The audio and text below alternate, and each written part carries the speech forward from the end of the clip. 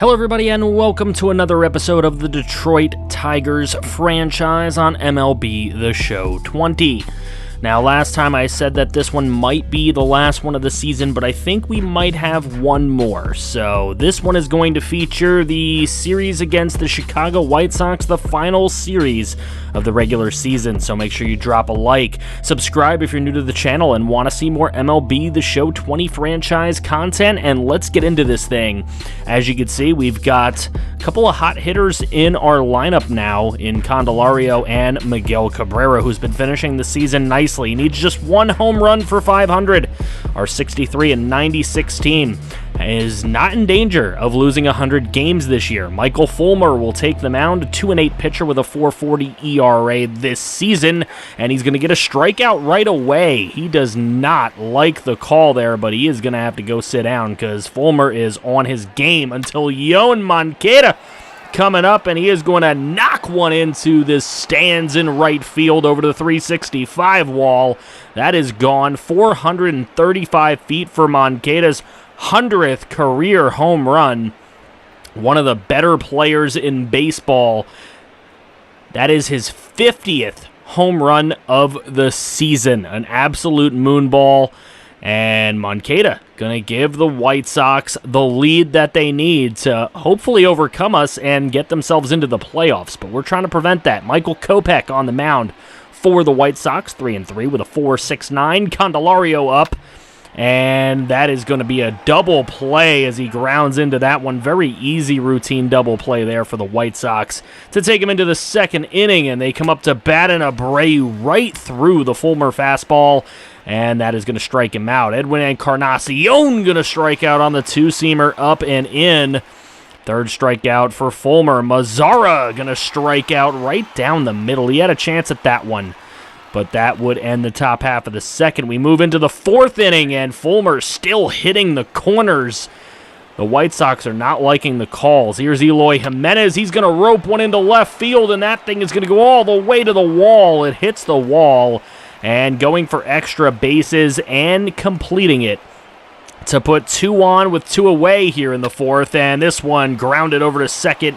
Scope will throw on to Crone, and that will end the threat there. Tim Anderson in the top half of the fifth with a runner on. He's going to take a walk, and eventually bases loaded here in the fifth, but more decent defense from CJ Crone is going to help us get out of it without giving up a run. So Fulmer doing pretty well so far, but look at this, with a runner on second base in the bottom half of the fifth inning. That thing is out into the gap, and a ground rule double for Kristen Stewart, his 24th double of the season. That'll drive in a run. It'll tie the game. Now again, close to driving in a run there, but that would end the inning on the ground out to third base. So Eloy Jimenez in the top half of the sixth. He's going to rope one into left and over the wall. Eloy Jimenez with his 34th homer of the year. That one traveled 370 feet off of Michael Fulmer and would give the White Sox a 2-1 lead. So a couple solo shots and Fulmer's out of here. No decision for him if we can get the dub.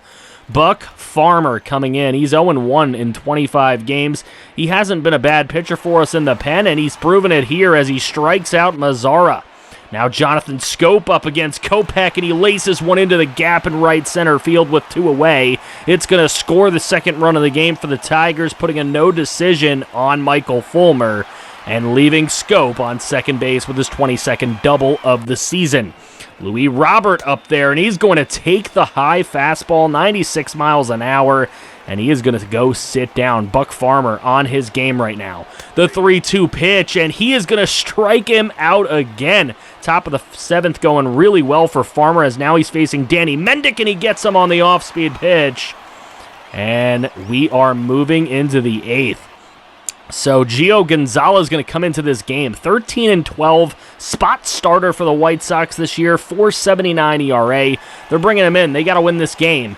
And he did his job in the bottom half of the 7th. We're going into the 8th, and look at that, striking people out still. Buck Farmer, 2 strikeouts there with a man on first base. He's got Encarnacion, and he gets him on the high and inside 95-mile-an-hour heat as he is just mowing batters down. He comes in the top of the 9th with 2 away and a full count, and that is how the game would go.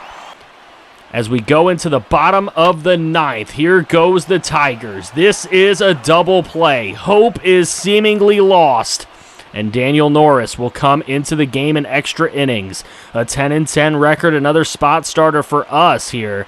With a 4.63 RA, he gets the high and inside heat on the 92-mile-an-hour fastball to get the second out of the top of the 10th, but still a runner in scoring position for Abreu. Hits a shallow hit into right field and run on and caught out in right to end the inning. So now we go to the bottom of the 10th. Leonis Martin, the free agent pickup, gonna rope one into right center off the wall, and that could bring home the winning run.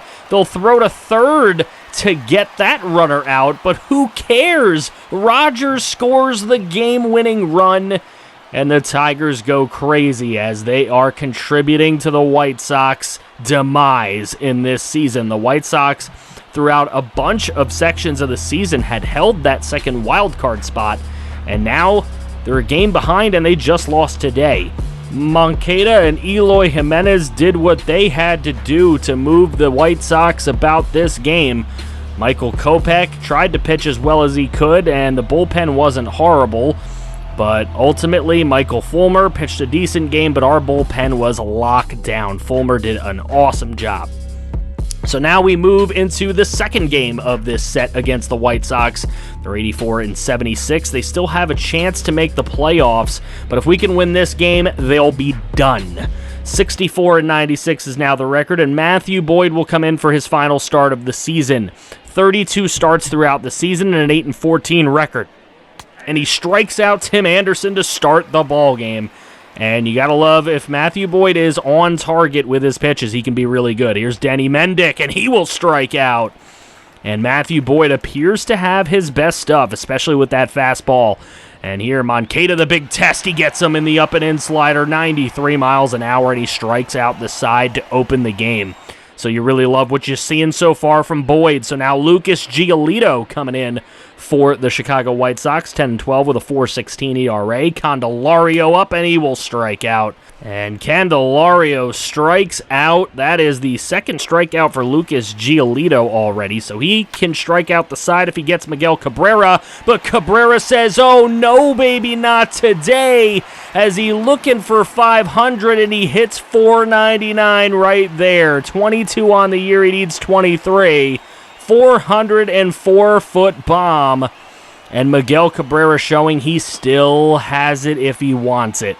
So hopefully Miguel Cabrera can hit one more this season, either today or tomorrow, to get his 500th. We'll have to see if that is possible at all, as Jonathan Scope would come up to the plate next and ground out. So we move into the second inning, and that is where Matthew Boyd starts to have his troubles, as this one not looking good. This is going to be extra bases, and out there, and center can't handle it, and that is going to be an easy triple and an easy first run for the White Sox. Nomar Mazara in the second inning is going to swing through and strike out with the White Sox up 2-1. So Boyd trying to find his footing yet again. Jackie Gray going to slap one into right field. That's going to bring home an RBI and tie this ball game in the bottom half of the second, which you really love to see Jackie Gray doing well, considering he wasn't expected to be much as a pickup.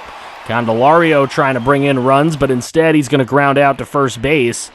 And we move ahead to the top of the third, where Boyd's going to give up this big hit out to center, but nicely tracked down for the final out of the top half of the third. We go again, bottom third. Miguel Cabrera up there. He laces one into the gap, right center field. That's going to be an easy leadoff double for Miguel Cabrera, and you love to see that. So that gives Jonathan Scope a shot to maybe bring him in, which doesn't work. He does move him over. But CJ Cron, look at this. Going to score from third is Miguel Cabrera, and Cron safe at first. So the Tigers take a 3-2 lead as we go into the fourth, and the circle change gets Brian McCann to strike out swinging. So Matthew Boyd starting to get on target again with his pitches. Giolito going to force a ground into a double play here. Candelario he's not the greatest. Dylan Cease coming into the game for the White Sox as they're desperate to win this game in the bottom half of the sixth inning, and this one's going to go right up against the shift. Leonis Martin with a nice piece of hitting. A little bit of trouble picking it up there, but Martin will stay at first. It would eventually lead to the bases loaded, but Nico Goodrum takes called strike 3. And now we move to Jacoby Jones, who's going to ground over to third and on to second and first for the double play to end the threat in the bottom half of the sixth. So a few runners left on base there. Abreu up against Boyd. He's going to dribble one over here in the top of the seventh, and that's easily taken care of by Scope on to Cabrera for out number 1. So, staying in the seventh, it looks like there's going to be a little bit of a rain delay here. They inform manager Ron Gardenhire, and we are going to bring in a fresh arm, which is Alex Wilson, who's 4 for 4 with a 4.63 ERA and a 131 whip. He's got more strikeouts than walks. That's a good thing, and he's going to give up an absolute bomb to Edwin Encarnacion, who just absolutely smacks one to left field, 425 feet. Encarnacion's 35th homer of the year. The White Sox have hit a lot of home runs, if you can tell. 50 with Moncada, 35 with Encarnacion, 34 with Eloy Jimenez. It's like ridiculous. And here's Brian McCann to gap one into right center field and put the leading run on second base. So that's going to make things a lot tougher. We're hoping that we can shut the door here because we really need to. So James McCann, big-time double. I've been calling him Brian McCann. What an idiot. So 1-1 record with an 8.64 ERA. Emmanuel Clase comes in, but he shows exactly why we went out and got him. Look at that nasty slider for the strike 3, and then Tim Anderson again, the slider away, getting these hitters right now, and Clase just using his nasty stuff to his advantage. Jonathan Scope comes up in the 7th, and he's going to take the called strike 3, which really was down the plate, but he failed to swing at it. So Clase comes up, still with that nasty slider away, gets Eloy Jimenez with it, and we move into the bottom of the 8th. This one slapped over into right by Gray. Gray has been doing this all evening, and another slapped over into right for a double to put 2 on with 2 away. Dane Dunning going to come into this game. He's only pitched in 2 games. He is one of the September call-ups. This one is going to get roped into right field by Nico Goodrum over the head at first base, and an easy 2-run score for the Detroit Tigers. Still in that 8th inning, and that's going to be strike 3 called on Candelario, who has just not had a good evening. So, the Tigers take a 5-3 lead into the top of the 9th, and look at this, Clase. This is when he makes his mistakes. A bomb out to left field, a big home run for Encarnacion, his 2nd of the evening, his 36th of the year. 430 feet. He's absolutely hit 2 huge shots in this game. And that one to tie it at 5. As dramatic as it can get here at Comerica Park, with Hunter Wood coming into the game. A 5-5 record, a 3.33 ERA, a decent average against both righties and lefties. And here, this one grounds onto second base, and Scope throws onto first for the final out of the 9th. So now bottom 9th, it all starts with Miggy, and he's going to put this one into right field, dropping in front and being a single, a leadoff single. Here's Jonathan Scope. He's going to dribble one onto the pitcher, but he can't handle it. Dunning can't handle it, and he can't throw on to first, so Scope and Cabrera are on. They're going to bring in Jimmy Cordero. They've had enough of Dane Dunning.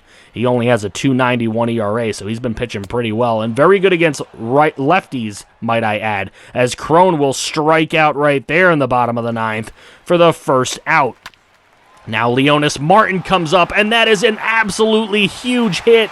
It is stopped by the shortstop, but it cannot be thrown on for any outs. So we've got bases loaded for Bonifacio, and that's exactly what Bonifacio does, as he just fouls out popping out into foul territory, and that brings up Jackie Gray, and a huge hit for Jackie Gray. He does it again. Absolutely clutch hitting for him. That brings home Miguel Cabrera, and the Tigers win in the bottom of the ninth with a walk-off hit. Absolutely huge. Jackie Gray, everybody covering him. They love what he has done. And Miguel Cabrera goes 3 for 5 to be the player of the game with his 499th home run. Encarnacion had 4 RBIs and went 2 for 4. He was huge for the White Sox, but he was like their driving force, and they needed a little bit more than just him today. Our guys, Goodrum with 2 ribbies, Gray with 2 ribbies, Cabrera with 1, and Crone with 1. So we take a look at the updated standings, and the White Sox are still not going to make it to the postseason. Oakland has lost to LA. That is the reason why the White Sox cannot make it. The Angels win 4-1, and they clinch the playoff berth. Over in the National League, the Philadelphia Phillies beat the Washington Nationals to force a game 163. That is huge. As we move to take a look here, there you go. You see the White Sox have been eliminated thanks to yours truly, the Detroit Tigers. The Cleveland Indians, we could not avoid getting a wild card spot, so the Twins and Indians both going to make the playoffs, so we will just manage this final game against the White Sox. As you can see, Zach Godley giving up a bunch of hits, but getting out of the inning. Impressive. We're going to take a look at Miguel Cabrera's at-bats, and Miguel Cabrera in his first at-bat of the game, flying out here to shallow center field. Disappointing. We want to see that 500th home run, but we didn't see it yet. Yasmani Grandal drives in a run, and then we get out of the inning. So moving along here, taking a look, it's 1-0 White Sox. We don't want to lose this game particularly, but, I mean, it only helps our draft stock if we could lose this game because the White Sox can't make the playoffs anyway. We've already done our job knocking them out, but really we want to see if Miggy can hit that 500th. Here's Miggy here, and that is a shallow little bloop to second base, thrown on to first, and he is taken care of. So 1-1, though, as we get an RBI in the 4th inning. So cool to see there as Carlos Rodon continues to start mowing down some of our guys until he gets in a little trouble there, and then a solo shot from Jose Abreu and a solo shot from Edwin Encarnacion off Zach Godley is going to get Godley taken out of the game for Luis Castilla. Castilla with a walk there, then a fielder's choice, then a single, then a pop-up, and he gets the strikeout to end the threat in the 6th. Miguel Cabrera coming up in the bottom half of the 6th leading off, and he's going to ground out over to third base, easily thrown out. Cabrera clearly doesn't have any speed. We already knew that. And we go back into the manage. Luis Castilla still on the mound for us. It is 3-1. None of those particularly his fault. But here he is starting to give up some stuff, so we are going to take him out, and we are going to put in Rony Garcia. We'll see what Rony can do. A sac fly is going to bring home the run. It's not charged to Rony Garcia, however, and it's a 4-1 game in favor of the White Sox. So now Cabrera, possibly his final at-bat of the season. We'll see what he can do with an 0-2 pitch. He will strike out on an off-speed pitch, low out of the zone. A 2-run shot for Nico Goodrum makes it 4-3, so at least it's a very respectable game for us. Rony Garcia gives up a lead-off double in the 9th, and we bring in Phil Matone, who is going to let that RBI score. Then he continues to give up runs. He makes it 6-3. So now our final stand in the bottom of the 9th is unsuccessful, and the White Sox defeat us 6-3 in the final game of that matchup to avoid the final series sweep of the season. So Abreu hits his 35th home run, Encarnacion his 37th in the final game of the year. Rodon goes 14-8 with a 3.96 ERA. Bummer gets his 40th save. Goodrum hits his 22nd home run of the year, gets his 66 RBI of the year. Candelario with his 36 RBI of the year. He was just not very good this year. And we have finished the season with a 65-97 record. We will not be making the postseason, but we won 40% of our games. That's not terrible considering the type of team that we were projected to be. You can see the Royals were worse than us, the Orioles were worse than us. That's already 3rd overall pick we're looking at. I think the Mariners were worse than us as well, so that's like 4th overall pick we're looking at. And you can see the teams that have made the playoffs. Nationals win a very tight NL East. To move on to the playoffs, Phillies and Braves get eliminated. So they did not really stand a chance in that race. The Cubs will make the playoffs. The Brewers will as well. Dodgers and Rockies. The Rockies get a wild card. They were like 20 games back. That's crazy. So we move on here, and in that game 163, the Washington Nationals end up winning it 10-6, which is why you saw that they won the division there. Just taking a look at this box score, Jonathan VR hit a home run for the Philadelphia Phillies. Vasquez gets the loss, 11-7. Phillies, unfortunately, just come up just shy. This is your playoff bracket, and we will do the playoff episode next. Playoffs, and of course, we will also show awards and stats to end off the year. So I hope you guys are excited. Make sure you drop a like as well as subscribe to the channel if you're new and want to see more MLB The Show 20 content. Take care, everybody, and if you keep coming around, then we will build a winner together.